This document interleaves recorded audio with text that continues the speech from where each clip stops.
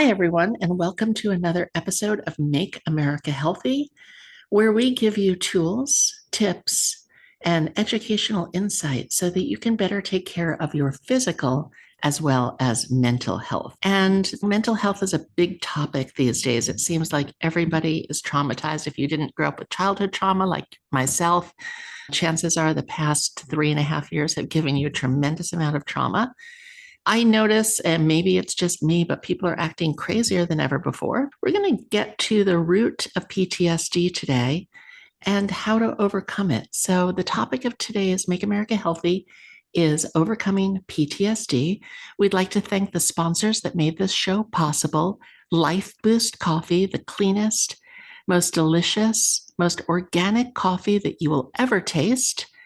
Shade grown, mold free, no pesticides. They pay their farmers an equitable wage, and you can save 10% at checkout at lifeboostcoffee.com by using the code YogaFit. We'd also like to thank our sponsors, YogaFit Training Systems Worldwide, the leader in yoga, mind, body, fitness education, offering conferences, online trainings, live events, continuity groups, support groups, and so much more. So go to yogafit.com and check out YogaFit. Thank you to both of our sponsors. So today's guests are going to help us overcome PTSDs. Maybe you have PTSD, you don't even know it, or maybe you have a family member or friend or a spouse who's suffering from PTSD. We're joined by Dr. Mark McNear, who's a licensed psychotherapist. He specializes in helping people who've experienced trauma in their lives and their maladaptive behaviors spring forth from a place of their woundedness.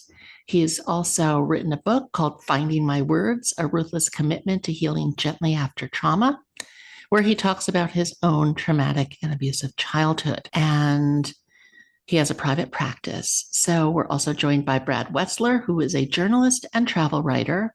He helps people overcome deep emotional wounds, including PTSD and addiction. And his new book, Into the Soul of the World, My Journey to Healing, is published by Hachette and is an adventure journalist story of a decade-long round-the-world quest to overcome his drug addiction and understand and heal past traumas. I'd like to welcome you both to the show. I'd like you both to start out just with a basic intro of yourselves, your background, and then we'll get into what is PTSD, how our listeners may know if they have it, and more importantly, how we can overcome our PTSD. And I should also mention that my fourth book is called Healing Trauma with Yoga, and it is available anywhere that books are sold, where I go into how to deal with trauma and PTSD using yoga, meditation, and other mind-body tools. So, gentlemen, welcome to the show. Dr. Mark McNear, would you like to start? Sure. As you mentioned, I'm actually a licensed clinical social worker. I also am a speaker and an author, as you had mentioned, and I live in New Jersey, about an hour from Manhattan, with my wife, Debbie. And we have one daughter, Emily. She lives currently in Wyoming with my son-in-law, Brandon. So, tell us your story, because I know that you and I have some stuff in common. We have traumatic childhoods. Yeah, so it was about 8.5 years ago. I found myself entering rehab for addiction to a prescription drug.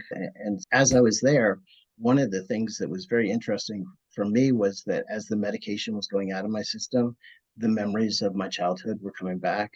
And so there were pretty heavy duty traumatic events that happened. I talk in the book about when I was 4 years old. My dad forced me to eat carrots. He got really angry with me. I ended up vomiting, and he picked me up and he threw me in the garbage and said, "Stay there, you're a piece of garbage." From there, I talk about in the book being sexually abused, physically abused, emotionally abused, and verbally abused, and go into it a little bit more. But it was just fascinating for me as a clinician, for me to watch myself and to watch me becoming so addicted to medications, and then to watch as they were going out of my system, just the kickback. When it was this the first time that you had any of these memories? They were memories that I would say, to have really clear memories, yes. I always had like little snippets here and there.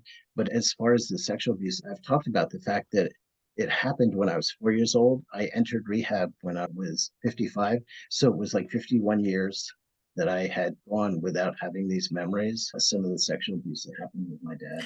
And Mark, do you think that this is common? I hear this often that sometimes people have repressed these memories well into midlife. Is this a common situation? I think it really happens frequently. And I think that one of the reasons for that is different things happen with the brain, with the prefrontal cortex. It goes offline when the amygdala lights up and is on fire, that fight, flight, freeze part of our brain. And so a lot of times the verbal part of our brain shuts down. And so we're not as aware of what has happened, or at least we don't have the words for it. And that's where I got the title for the book, Finding My Words, because I really didn't have the words for a lot of the things that happened to me. And so little by little in my healing journey, I began to work with counselors who helped me to be able to formulate what actually happened. It's interesting because I didn't have recollection of my childhood abuse until I was around 22 years old. I was in a yoga class in Shavasana, and I got a very distinct memory where I was like a third party watching what was happening. And up until that time in my life, I had no idea. And I probably didn't even really deal with it when it came up. I was doing a lot of yoga, a lot of meditation. I was in therapy, but I don't even think I addressed it with a therapist until years later. Yeah, so it's fairly common. And even if people have not repressed all of it, they've probably suppressed a good amount of it where they don't have a working narrative of what happened. And do you find that there are modalities, like if someone thinks that perhaps they had childhood abuse, childhood sexual abuse, but they're not really sure, do you recommend, like, what? I understand that the brain doesn't release the information until we're really ready to deal with it, but what would your recommendation be for people who are thinking, because of my actions or reactions, this may have happened to me? Where do you seek that information within yourself? I usually encourage people to do a lot of narrative therapy, learning their story, learning the parts of their story that they know and learning that well and putting it together in chronological order and then see what comes up as a result of that. I don't usually recommend something like hypnosis or going in and exploring that. Brad, you love to travel. Sounds like you have an interesting story as well. Would you like to share with our listeners a little bit of your background and how you Sure. came to the place that you're at? Yeah. I started out as an editor, my career as an editor at Outside Magazine, and then I eventually left the magazine to become an adventure writer myself. And I traveled the world writing often about other adventurers and explorers and sometimes going on my own myself.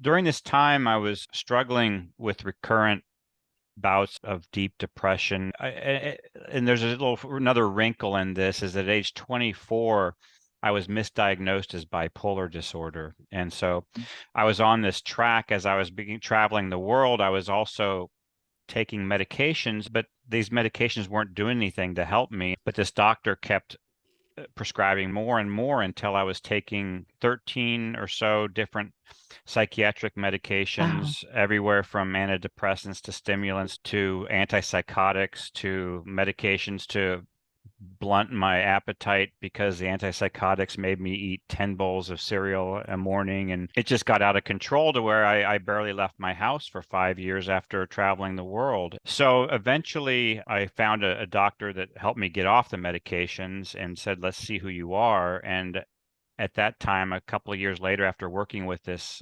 psychiatrist, he said, you don't have bipolar, you don't have a personality disorder, you have PTSD. There's one more wrinkle that goes back into time here. When I was 12, I was in a canoeing accident with my father, and my life jacket became snagged on a submerged log, and I was pulled under and nearly drowned. I was on this log coming up and down for about 15 minutes. And my father was on the bank and just caught in his fear and staring at me. And eventually another boat ran into me. But when I got home to tell my mother about this, my father denied it happened. And that kind of began this long period of living in a family that was an alcoholic family, a narcissistic family, It sounds like my family. and I eventually was scapegoated and pushed out of the family.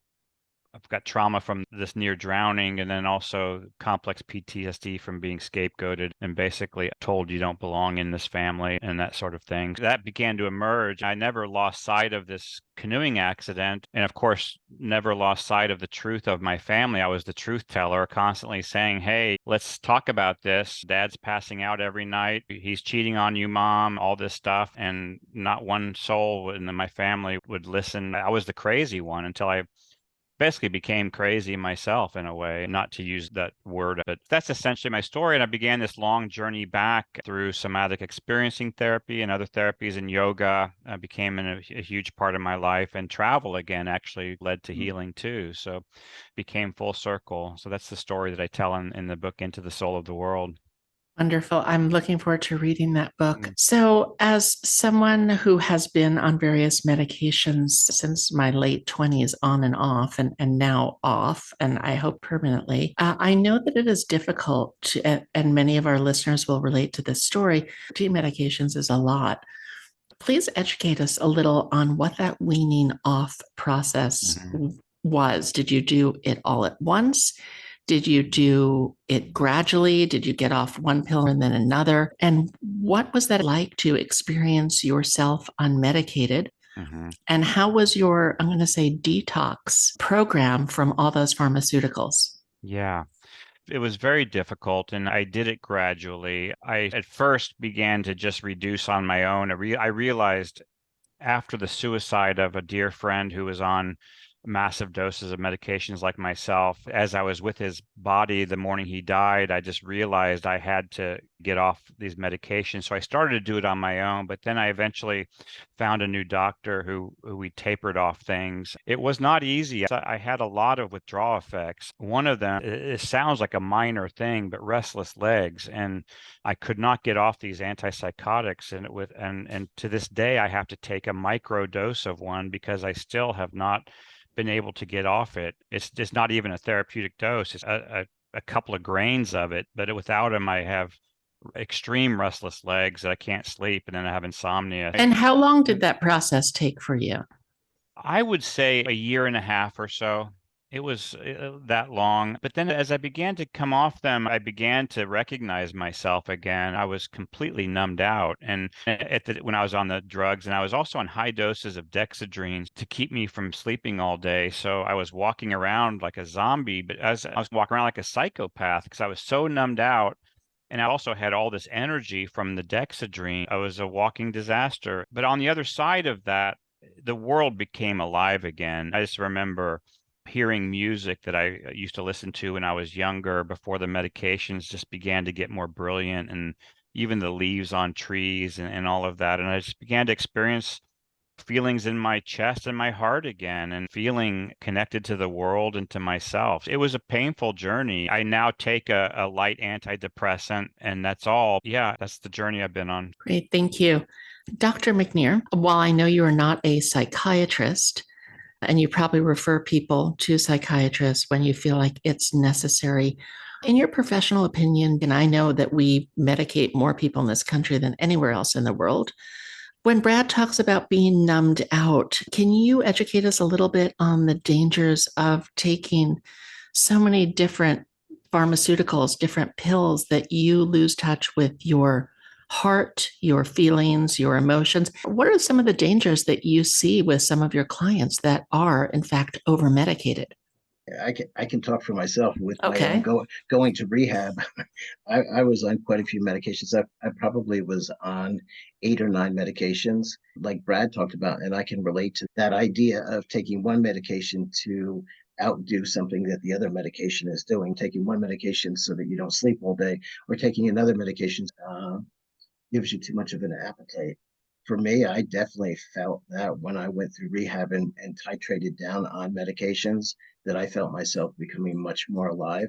I too am on an antidepressant, and I'm on something for anxiety, but it's a very minimal amount of it. And I think that with PTSD or with complex trauma, there's a real weighing, because you don't want to have a lot of medication with the individual because it blunts the individual or dulls the individual or numbs the person out. So the person needs to be able to feel their emotions to be able to heal. but sometimes it's a good idea to put certain things into place to help them with that. Because I think when we talk about symptoms of PTSD, emotional dysregulation is such a big one that I think we've all struggled with. And so sometimes the medications can be beneficial with that, but again, within moderation.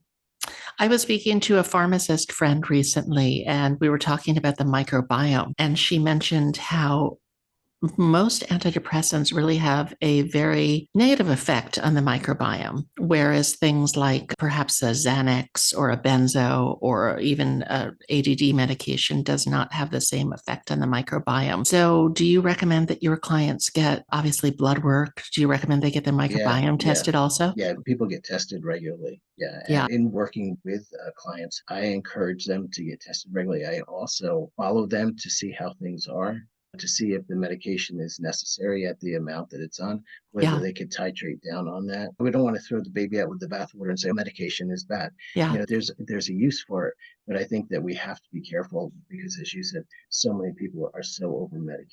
It's interesting. I was prescribed Prozac after some suicidal ideation in my late 20s, and they prescribed 20 milligrams a day, and I started taking it, and I quickly became like the best version of myself. I was more outgoing. I even craved less carbohydrates, but then I started to reduce that medication down because somehow intuitively I knew. And even like with a thyroid medication, I was able to cut that medication in half. It seems like a lot of times when they give us a dosage, we don't need as much as they're offering to us. And I would say there's so many things, and I guess that's maybe one of the things we can talk about. So many other things you can do, or things you can do in conjunction with medication. Oh, yeah.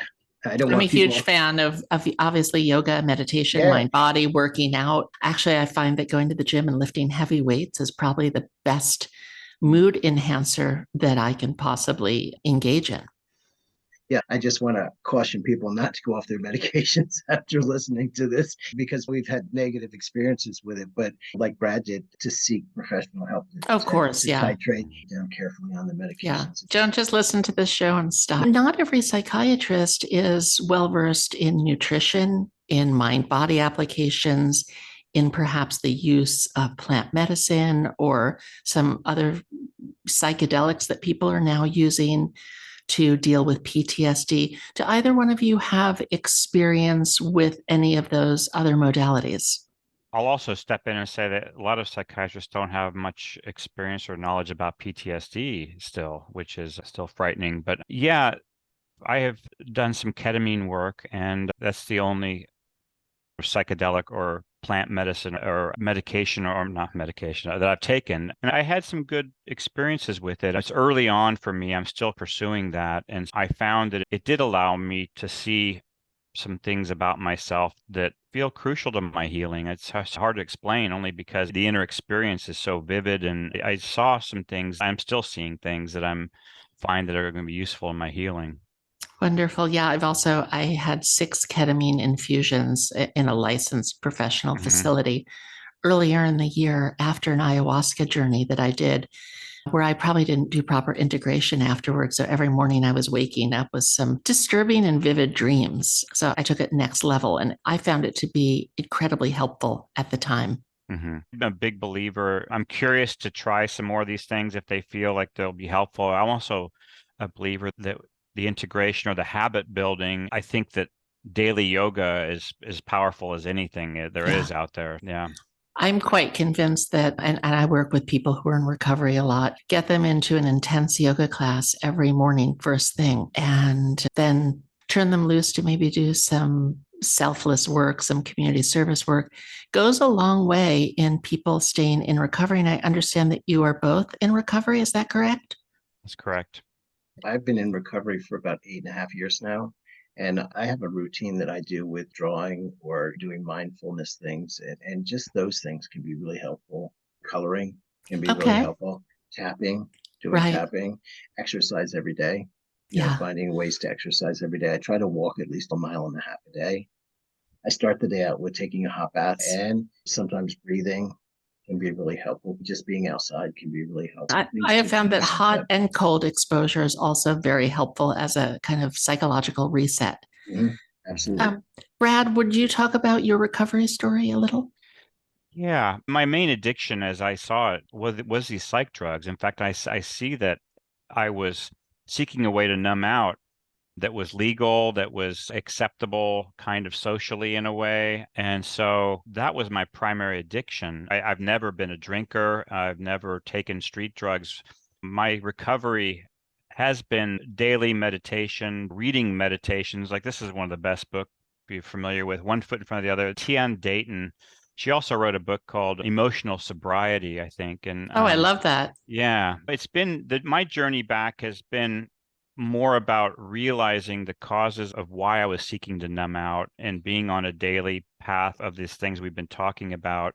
I've never done the full 12-step program. For me, yoga became such an important part of my life, and spirituality did, that I believe we're wired for spirituality. We don't really have a choice. And if we choose not to be spiritual, it comes out in other ways. And even our society's addiction to logic, I see as a fetishizing in a spirit of a way that we're avoiding being in contact with something that's greater than ourselves. And so to me, my recovery has been essentially yoga, dealing with honesty. I think as a truth teller in my family, I have to even watch my level of honesty. I think it's something that hasn't always served me. So it's been a complex recovery. Dog love, travel.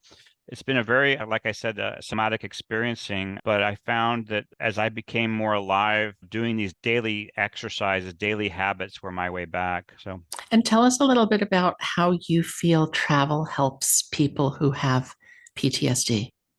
I think for one thing, travel is really confirmed as a way that we can open our horizons. And I think those who suffer from complex PTSD, especially, it can feel like we're in a tunnel. I think sometimes it feels to me like I have to do things the same way every day. I fear taking a different road sometimes. There's just a lot of triggers that make my life small, and avoidance is a symptom of PTSD. And so for me, traveling, which is what I had done and which I loved in my earlier years, began to open my horizons. And then I focused my travel, particularly going back to India. And I ended up in a cave with an 100-year-old yogi. Was that in Rishikesh? No, it was in Kenchi, which Okay. it was in the Himalayan foothills, and that was the site of the Hanuman temple where Ram Dass and Krishna Das were. And as I bowed to this yogi's feet, he slapped me on the head, and as I sat up, we made eye contact, and he looked me in the eye, and I just began to weep, and I wept for an hour. And there's a term in India called the glance of mercy that saints and sages can bestow upon people. And I'm a journalist. I'm a fact oriented person, and this was real. And the next day, I woke up in the morning and it was still dark out, and I began watching these two birds flying across the valley, and I fell into a trance, and it turned into a mystical experience that was 12 hours long. That episode was incredibly healing, just to see who we really are, this love inside, to see that it's a cliche, but there is a unification of this cosmos, and it's something that I'll never forget. And I don't have a lot of explanations for it. And I'm sure a psychiatrist would tell me I was psychotic and all of those kinds of things. I'm not interested in their points of view about it. It was real. It was as real to me as this glass of coffee here. And it's something I can reconnect with also as part of my healing. So, That's beautiful. At Yoga Fit, we bring groups to India every year, and I've had oh, some amazing experiences in that country where I felt perhaps more myself than anywhere else in the mm, world, strangely enough. yeah. There's something very humbling about going to India, and at the same time, incredibly awakening and opening. It's not an easy place to go. I'm an animal advocate, and seeing some of the Hmm. starving dogs in Varanasi in particular, where bodies are burned on the side of the Hmm. Ganges River, which the seeing bodies burn never bothered me, but seeing the dogs that were horrifically skinny Hmm. really deeply disturbed me. But there's a sense of acceptance that came over me, I think, on my first trip to India. I've been about 10 times now and never has really left me since that time. So Yeah. I can definitely relate to that. Mark, jumping topic a little bit, you're dealing with sometimes people who know that they have PTSD, and then other times people who perhaps have no clue that they have it. And then people who have it, but perhaps haven't done the deep work to really stop the, I'm going to call it kind of crazy behavior that will ensue with someone who's got deep trauma and PTSD. What are your suggested courses of action for these different individuals? Yeah, I think I mentioned it earlier, that idea of story work or narrative work, where people start to look at their story and not the story that they've been told, but their actual story. And I think Brad alluded to that, just what really happened, and to be able to look at what role you played in the family. It's a really good point, Beth, that you said. A lot of people, and I would say the majority of people, come into my office, they don't know that they've been traumatized. Mhm. They just know that either they have unwanted behaviors or a lot of emotions that they don't know what to do with.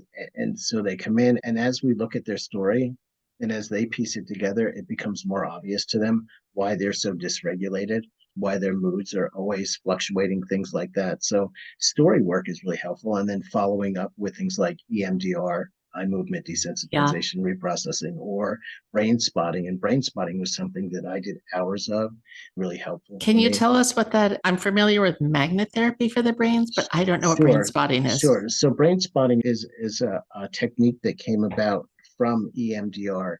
David Grand came up with it, and it's the idea of how you look or where you look affects how you feel. And so you use it's a mindfulness technique, part of it's mindfulness, where the person will bring up a pointer and will bring it to different directions as you're thinking about the trauma. And you'll notice arousal at different points, and you stay at that point. Let's say it's here, you just stay here and you just continue to mindfully look at that. And it really does relax the body tremendously. And I did it. I had some pretty horrific things happen in my childhood, especially with the sexual abuse. And I go into it in the book with more detail, but it was something that I couldn't even think about for a long period of time.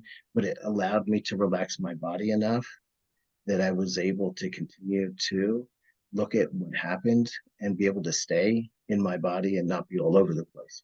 Let's talk about sexual abuse for a moment. It's obviously very prevalent in our society. I believe that it's prevalent all around the world. I'm quite confident that the numbers are vastly underreported. It will then affect relationships later in life. Do you believe that anyone can completely heal from that? Or do you But think that they need to be constantly vigilant of how they're reacting in various situations based upon their past trauma? I think it's a fantastic question. I think that in this life, we have a certain amount of healing that takes place. I don't think we ever fully heal from things. I think that one of the things I talk about in my book is the past is not the past when it comes up in the present. And so, give you just a real quick illustration of that. I talked about the carrots and eating the carrots and being thrown in the garbage. And fast forward, I'm 28 years old, and I go to a wedding and they serve carrots, and I take a bite of a carrot, not thinking, and I begin to gag. Oh, You so know, you were literally triggered by carrots. absolutely, yes. Wow. And I think at this point, I'm wise enough to stay from carrots. But if I did eat them, I think that I probably wouldn't have as much of a reaction because now I know it. So I think that healing is just not one step, two step, three steps, and we're there. But it's a process. It's not a Mhm. procedure. And so I'm not as anxious as I was 8 years ago. I'm not even anxious as I was 3 years ago, but I still carry a lot of anxiety. Body, Bessel van der Kolk talks about Yeah, the body keeps the score, and it it really does. does. We feel that activation, and our history is stored in our bodies. Not just ours, but generational trauma as well. Yes, yeah, definitely. Brad, as you have traveled and released your trauma using travel, other than that moment, the mystical experience, do you feel like you have been able to leave some of your trauma like behind in other countries, interacting with people from different cultures? Do you think they're suffering as much as we do here in the United States, where everyone is given a pill to heal?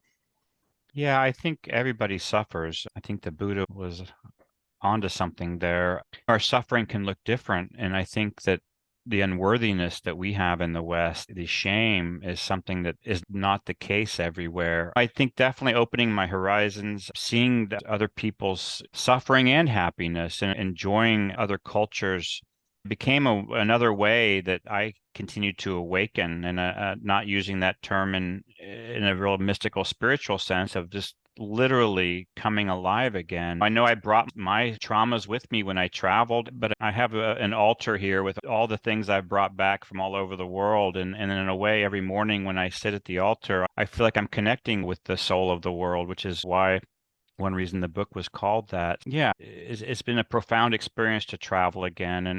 It is scientifically one of the most effective ways to broaden our sense and to transform.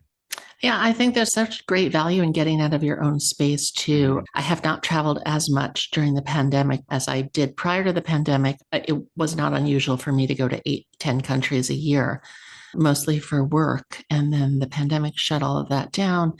And last week, I took a trip to the west coast of Florida to go to a vitamin conference with some of my best friends. And I found that even 3 days of being out of my own space, laughing and having fun and different experience was an incredible reset for me, and an emotional reset as well as just an energetic one.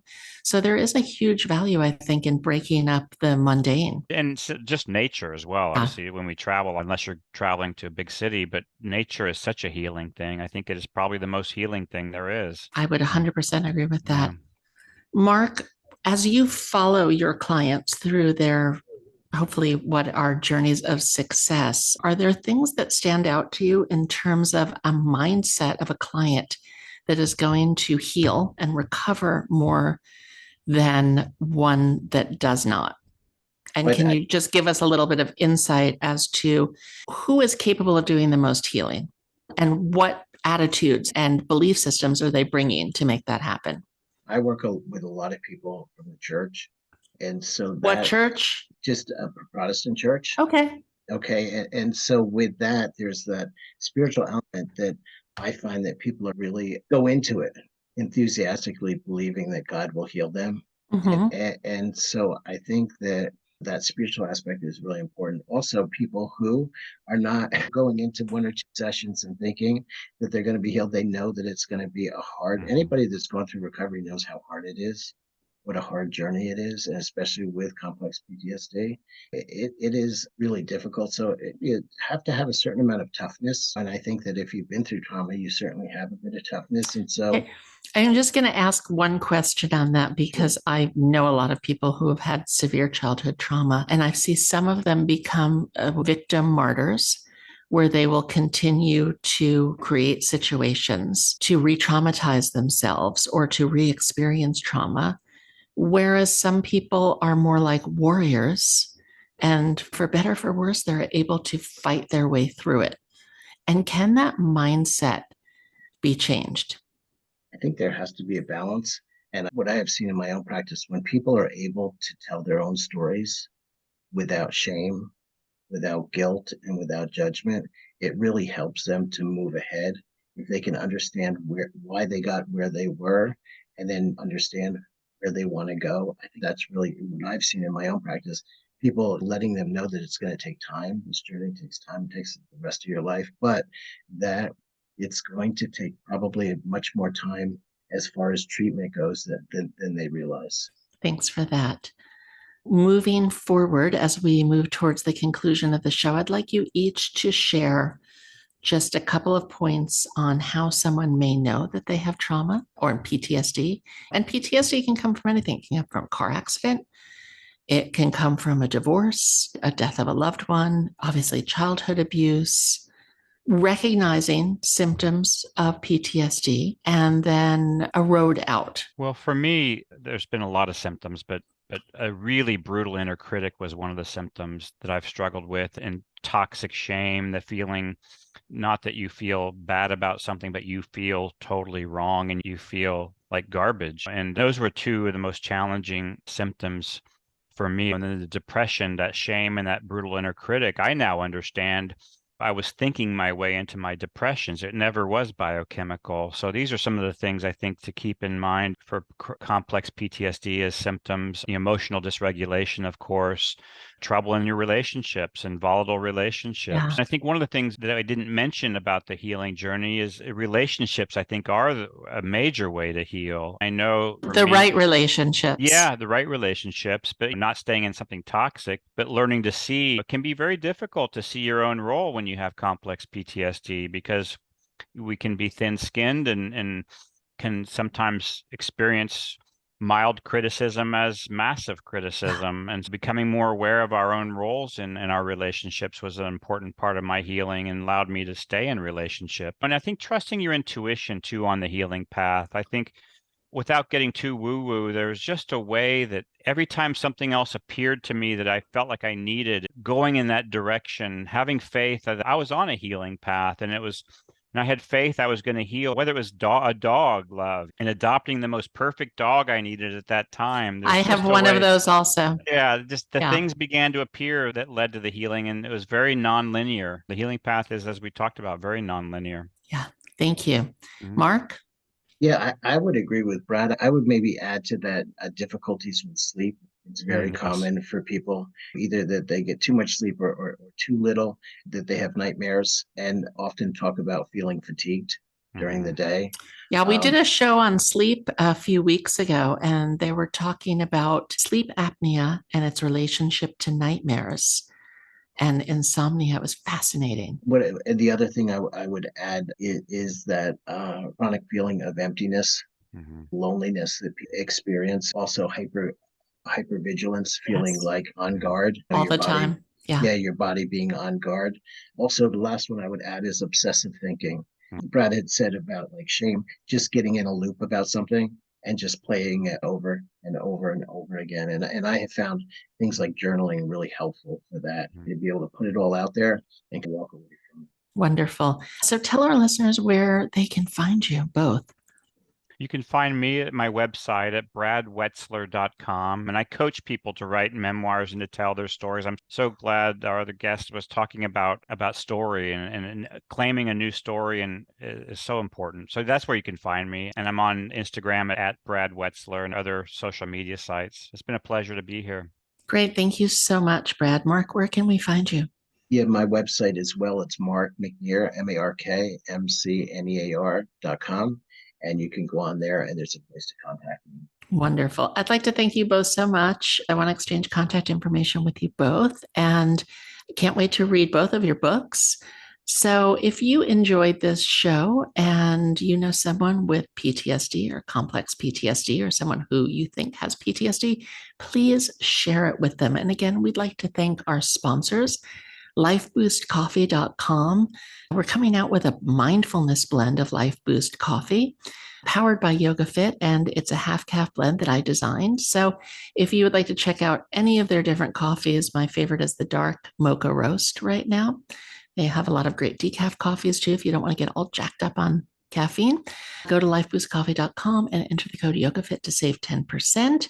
Also, we'd like to thank our sponsor, Yoga Fit Training Systems Worldwide, the leader in yoga, mind, body, fitness education. Save 15% at checkout by using the code YogaFit. And until next time, everyone, stay healthy, keep educating yourself, keep exercising, eat clean, keep learning, most important, and let's make America healthy in every way. Namaste, everyone. Thank you so much.